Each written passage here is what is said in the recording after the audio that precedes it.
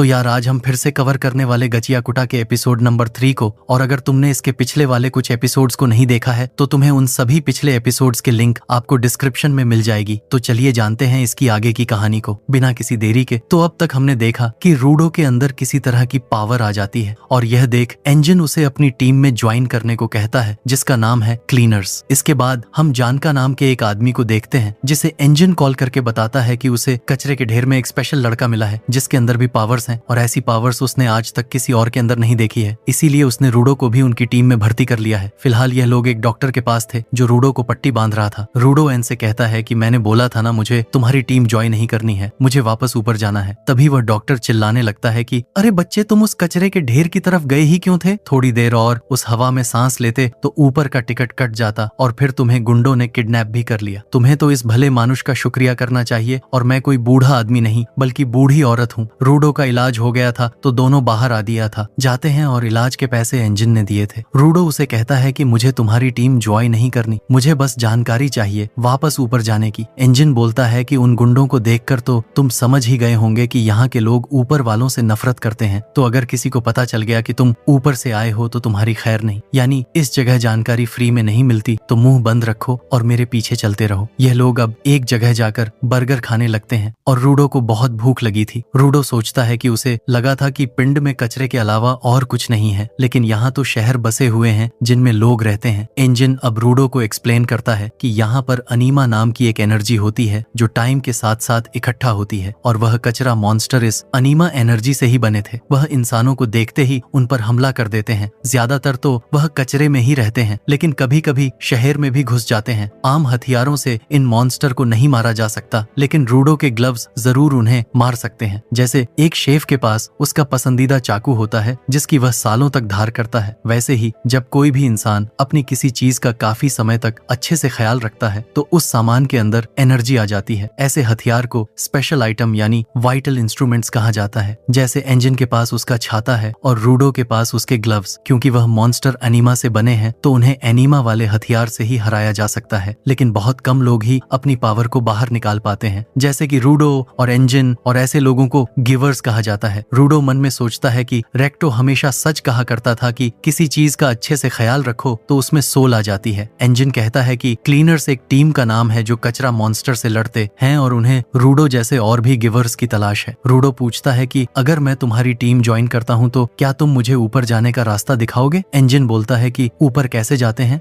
इस बारे में मुझे कुछ नहीं पता है। जो सुन रूडो उस पर गुस्सा करने लगता है, लेकिन एंजिन कहता है कि हमारे बॉस को काफी चीजों की जानकारी है, उसे जरूर पता होगा, तो रूडो को उसके बॉस से मिलना पड़ेगा। एंजिन अब पूछता है कि यह ग्लव्स तुम्हें किसने दिए? रूडो कहता है कि मेरे फादर ने, और यह ग्लव्स उनकी आखिरी निशानी है। एंजिन कहता है कि तो इसीलिए तुम इनका इतना ख्याल रखते हो, तुम्हारे ग्लव्स में सोल है। अब यह सुन रूडो को रेक्टो की याद आ जाती है। तभी एंजिन का फोन बजने लगता है और वह यहाँ से जाने लगता है। रूडो एंजिन का शुक्रिया करता है। उसे अब तक बचाने के लिए एंजिन उसे पैसों की एक पोटली भी देता है। यह पैसे उसे रूडो के कपड़े बेचने से मिले थे और इनमें से ही उसने हॉस्पिटल और खाने का बिल चुकाया है। जो सुन रूडो गुस्सा हो जाता है। एंजिन कहता है कि वैसे भी उन कपड़ों में लोग तुरंत पहचान जाते कि तुम ऊपर से आए हो। खैर, मैं तुम्हारे होने वाले ट्रेनर से मिलने जा रहा हूँ, तुम यहीं मेरा इंतजार करो। रूडो मन में सोचता है कि एक बार मुझे ऊपर जाने का रास्ता मिल जाए, इसकी टीम को तो मैं लात मार के जाऊंगा। तभी यहाँ एक बिल्ली आती है और रूडो की पोटली उठाकर भागने लगती है। रूडो उसके पीछे एक गली में जाता है और वहाँ रखी एक लाठी को उठाकर भागने लगता है और बिल्ली को पकड़ लेता है और पोटली ले लेता है। यह लाठी असल में जानका की थी। जानका रूडो से लाठी वापस मांगता है। रूडो सोचता है कि इसे यह फालतू की लाठी क्यों चाहिए, तो जानका रूडो को धक्का मार के वह लाठी छीन लेता है। रूडो उसके कपड़े पर लगा बैज देखकर समझ जाता है कि यह आदमी भी इंजन की तरह क्लीनर है और इसका स्पेशल आइटम यह लाठी है। जानका अब उस लाठी को घुमाते हुए कहता है कि तुम्हारी हिम्मत कैसे हुई मेरे खजाने को चुराने की, तुम्हें तो सबक सिखाना पड़ेगा। वो अपनी लाठी को ट्रांसफॉर्म कर लेता है और रूडो पर अटैक कर देता है और कहता है कि चोरी करने पर उसका फल भी तो भुगतना पड़ता है रूडो। अब रूडो पूछता है कि तुम्हें मेरा नाम कैसे पता? जानका कहता है कि एंजिन ने तुम्हारे बारे में बताया था और मैं तुम्हारा नया ट्रेनर हूँ। सोचा नहीं था कि इतनी मामूली बात भी सिखानी पड़ेगी कि चोरी करना गलत बात होती है। रूडो कहता है कि मैं तो बस उस बिल्ली से अपने पैसे लेने की कोशिश कर रहा था। जानका कहता है कि लगता है तुम्हारे बाप ने तुम्हें अच्छे संस्कार नहीं दिए। अब यह सुनकर रूडो भड़क जाता है और उसे रेक्टो की एक एक बात याद आती है, अगर तुम चाहते हो कि कोई तुम्हारी बात सुने तो उससे शांति से बात करके देखो। तुम्हें ठंडे दिमाग से सोचना होगा कि सामने वाले के मन में क्या चल रहा है। अब रूडो सोचता है कि मैंने इसकी छड़ी चुराई थी तो इसको तो गुस्सा आएगा ही, अगर कोई मेरे ग्लव्स चुरा लेता तो मैं भी यही करता। रूडो अब जानका से माफी मांगता है कि उसे पता नहीं था कि यह लाठी उसके लिए कितनी खास है। यह सुनते ही जानका का गुस्सा शांत हो जाता है और वह भी रूडो से माफी मांगता है कि यह मेरा खजाना है तो मैं थोड़ा ज्यादा गुस्सा हो गया था। अब यह देख रूडो हैरान हो जाता है कि बातचीत करने से मामला ठीक हो गया, रेक्टो सही कहता था। जानका अब रूडो को हाथ देकर उठाता है और पूछता है कि तुम्हारा स्पेशल आइटम क्या है, जिस पर रूडो कहता है ओह मेरे पावर्स, मुझे लगता है वो मेरे ग्लव्स में है। जिस पर जानका कहता है ओह तुम्हारे ग्लव्स, ये तो काफी ज्यादा कूल है। फिर इसके बाद रूडो अपने मन में सोचता है पहले मैंने जिस लड़के को देखा था यह तो उससे बिल्कुल ही अलग लग रहा है। ओह तो अब मैं इसका रीजन समझा, क्योंकि वो स्माइल कर रहा है और वो अपने मन में कहता है अरे हाँ, रेक्टो ने कहा भी था कि रूडो को और स्माइल करना चाहिए। फिर जानका रूडो से पूछता है तो तुमने क्लीनर्स को ज्वाइन क्यों किया? और वहीं दूसरी तरफ रूडो बहुत ही मुश्किल से अपने चेहरे पे स्माइल लाने की कोशिश करता है और वो कहता है कि मैं ज्वाइन नहीं कर रहा, मैं बस थोड़े टाइम के लिए उनके साथ हूँ। और भाई जिस तरीके से रूडो के चेहरे का एक्सप्रेशन था वो काफी ज्यादा क्रीपी लग रहा होता है, जिसे देखकर जानका कहता है तो तुम ऐसे चेहरे के साथ क्यों कह रहे हो? क्या तुम अभी भी गुस्सा हो? क्या तुम मुझसे लड़ना चाहते हो? जिस पर रूडो कहता है तुम चिल्ला क्यों रहे हो, मैंने क्या किया? वो तो मेरा बेस्ट स्माइल था। फिर जानका कहता है क्या तुम उस क्रीपी चेहरे को स्माइल कहते हो? जिसके बाद रूडो फिर और कोशिश करता है स्माइल करने का, जिसके बाद वो एक और फिर से क्रीपी चेहरा बना देता है। और यह देखने के बाद जानका का दिमाग और भी ज्यादा खराब हो जाता है। वो चिल्लाते हुए कहता है क्या तुम मेरा मजाक उड़ाने की कोशिश कर रहे हो? जिसके बाद हम देखते हैं वो दोनों एक दूसरे के ऊपर चिल्लाने लग जाते हैं और उन दोनों का इस चीज से दिमाग खराब हो चुका होता है। फिर जानका कहता है और तुम्हारा क्या मतलब है? तुम ज्वाइन नहीं कर रहे, बस थोड़े टाइम के लिए साथ हो। आखिरकार तुम्हारा मेन गोल क्या है? जो भी है तुम्हारी तरह बेमतलब का होगा। जिसके बाद रूडो एकदम से शांत हो जाता है। वो कहता है क्या तुमने अभी क्या कहा? मेरे गोल का कोई मतलब नहीं है, तुम आखिर होते कौन हो यह कहने वाले? जिस पर जानका कहता है मुझे पता था जब मैंने तुम्हें पहली बार देखा था तभी से तुम मुझे पसंद नहीं हो। जिसके बाद हम देखते हैं जानका अपना वेपन फिर से चार्ज कर लेता है। तभी हम रूडो को देखते हैं जो कि अपने पास के डस्टबिन से कुछ तो उठाता है और उसके अंदर अपनी पावर डालते हुए कहता है मुझे भी। लेकिन जानका यह देखकर थोड़ा हैरान हो चुका था कि वो किसी भी चीज को अपने वेपन की तरह यूज कर रहा है। फिर जानका को याद आता है रूडो ने उससे कहा था कि उसका वाइटल वेपन उसका ग्लव्स है। जिस पर वो सोचता है तो फिर रूडो एक और ऑब्जेक्ट को कैसे यूज कर सकता है? इसका मतलब कि रूडो की असली पावर है वो किसी भी ऑब्जेक्ट को अपना वाइटल इंस्ट्रूमेंट बना सकता है। जिस पर जानका कहता है तो फिर अब मैं समझा इंजन किस चीज के बारे में बात कर रहा था। हाँ तुम स्पेशल तो हो, लेकिन सिर्फ तुम टैलेंट के दम पे मुझे नहीं हरा सकते। और हमें पता भी नहीं चलता कि उसने कब अपना वाइटल इंस्ट्रूमेंट आसमान में फेंक दिया है। और रूडो को पता चलने से पहले ही जानका वो वाइटल इंस्ट्रूमेंट रूडो के सामने आके गिरता है। ये देखकर रूडो कहता है आखिर उसने कब अपना वेपन ऊपर फेंका? और इससे पहले रूडो कुछ कर पाता जानका उसके ऊपर सीरियस चार्ज कर देता है। और हम देखते हैं जानका के मूवमेंट के सामने रूडो के मूवमेंट काफी ज्यादा ही स्लो थे, जिस वजह से रूडो अपने आप को बहुत ही मुश्किल से डिफेंड कर पा रहा था। और तभी हम देखते हैं जानका रूडो के ऊपर एक अटैक करके उसे नीचे गिरा देता है और उसे कहता है तुम्हारे पास पावर है, टैलेंट है, लेकिन तुम्हारे पास स्किल्स नहीं है। फिर तभी जानका नोटिस करता है कि उसके चेहरे पे कुछ लगा हुआ है। फिर जानका उसे सूंघ कर देखता है तो उसे पता चलता है कि वो तो असल में पोप है। फिर जानका रूडो की तरफ देखता है तो उसे पता चलता है कि वो इतने टाइम से पूप क्लीनर के साथ उससे फाइट कर रहा था और रूडो को यहाँ पर पता भी नहीं है कि आखिर पूप का रह क्लीनर होता क्या है। जिसके बाद रूडो उस पूप क्लीनर से जानका के ऊपर अटैक कर देता है और हम देखते हैं जानका खुद को उस पूप क्लीनर से बचाने की कोशिश कर रहा होता है। फिर हम देखते हैं जानका के ऊपर चारों तरफ से पूप बरसात हुई जा रही थी और जानका किसी भी हालत में खुद को उससे दूर रखने की कोशिश कर रहा है और रूडो जानका का पीछा किए जा रहा था बिना यह जाने कि आखिर उसके हाथ में क्या है, जिस वजह से जानका खुद को बचाते हुए भागे जा रहा था। फिर इसके बाद जैसे ही जानका और रूडो उस गली से बाहर निकलते हैं तो जानका के सामने एक बिल्ली आ जाती है, जिस वजह से रूडो एक छलांग लगा के जानका के ऊपर उस पूप क्लीनर से जानका के ऊपर काफी सारे पूप की बारिश कर देता है। और जब उस पूप के छींटे जानका के कपड़ों पर पड़ते हैं तो वो काफी जोर से चिल्लाता है और उसके चेहरे का एक्सप्रेशन भी काफी ज्यादा बदल चुका था। फिर इसके बाद हम देखते हैं वहाँ पर इंजन पहुँचता है अपनी गाड़ी के साथ और वो रूडो और जानका को एक साथ देखकर कहता है ओह तो तुम दोनों दोस्त बन चुके हो। और हम देखते हैं वहाँ पर जानका बेहोश पड़ा हुआ था गाड़ी में जाते हुए। इंजन ये सारी बातें सुनकर पागलों की तरह जोर जोर से हंसने लग जाता है और यहाँ पर रूडो अपने मन में सोच रहा होता है कि क्या मैं इतने टाइम से पूप क्लीनर के साथ फाइट कर रहा था। और यहाँ पर हमें पता चलता है कि जानका इस जगह पर अमीर बच्चों बच्चों में से एक है, तो उसके लिए बहुत ही ज्यादा ह्यूमिलिएटिंग था। जिसके बाद एंजन कहता है तो रूडो जान का आज से तुम्हारा ट्रेनर है, उससे बेहतर वाइटल इंस्ट्रूमेंट को कोई और हैंडल नहीं कर सकता। और एंजन के मुंह से अपनी तारीफ सुनकर जान का काफी ज्यादा खुश हो जाता है। और हम देखते हैं इन लोगों के अलावा भी गाड़ी में एक और लड़की है जिसका नाम है रियो। फिर एंजन उससे पूछता है, रियो तुम यहाँ पर कब आई? फिर रियो कहती है, मैं इस नए लड़के को देखना चाहती थी। और वो रूडो को देखते हुए कहती है, तुम रूडो हो ना? और वो रूडो के बालों को छूकर कहती है, क्या यह बाल असली है? क्या तुम इन्हें खुद से कलर करते हो? और हम देखते हैं रियो के ऐसे करने की वजह से रूडो काफी ज्यादा शॉक हो चुका था। और इसी के साथ यह एपिसोड यहीं पर एंड हो जाता है। तो दोस्तों, आपको यह एपिसोड कैसा लगा? मुझे तो यह काफी फनी लगा। अगर आपको भी अच्छा लगा है तो इसे लाइक और शेयर कीजिए। और अगर आप हमारे चैनल पर नए हैं तो हमारे चैनल को सब्सक्राइब करके बेल आइकॉन जरूर दबाइए। मैं मिलता हूँ आपसे बहुत ही जल्द अगले वीडियो के साथ। धन्यवाद।